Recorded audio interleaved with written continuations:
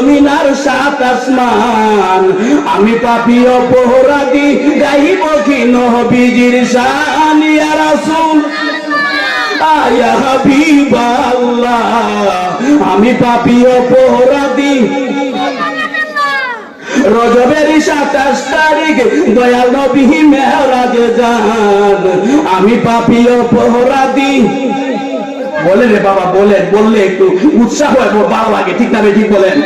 বলেন রজবের 27 তারিখ দয়াল নবী মেরাজে যান, আমি পাপী অপরাধী গাইব কি নবীজির শান। ইয়া রাসূল ইয়া হাবিবাল্লাহ, আমি পাপী অপরাধী এই বকি নবীজির শান। ইয়া রাসূলুল্লাহ ইয়া হাবিবাল্লাহ, আমি পাপী অপরাধী গাইব কি নবীজির শান। সুবহানাল্লাহ। মসজিদুল আকসাতে গিয়া সুবহানাল্লাহ বল না, আমি তো বলি ইয়া রাসূলুল্লাহ। আমরা রাসূল চাই কি চাই না? দরকার আছে কি না? এই মাসে আমার নবী আল্লাহ পাকের দিদারে জন্ম হয়েছে, বলুন সুবহানাল্লাহ।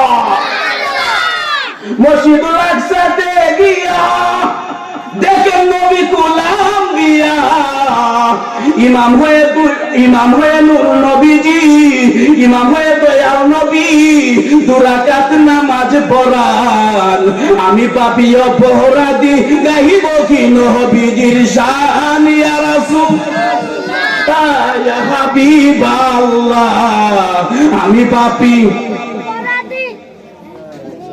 গাইব কি নবীজির শান। ইয়া রাসূল ইয়া হাবিবাল্লাহ, আমি পাপী অপরাধী গাইব কি নবীজির শান।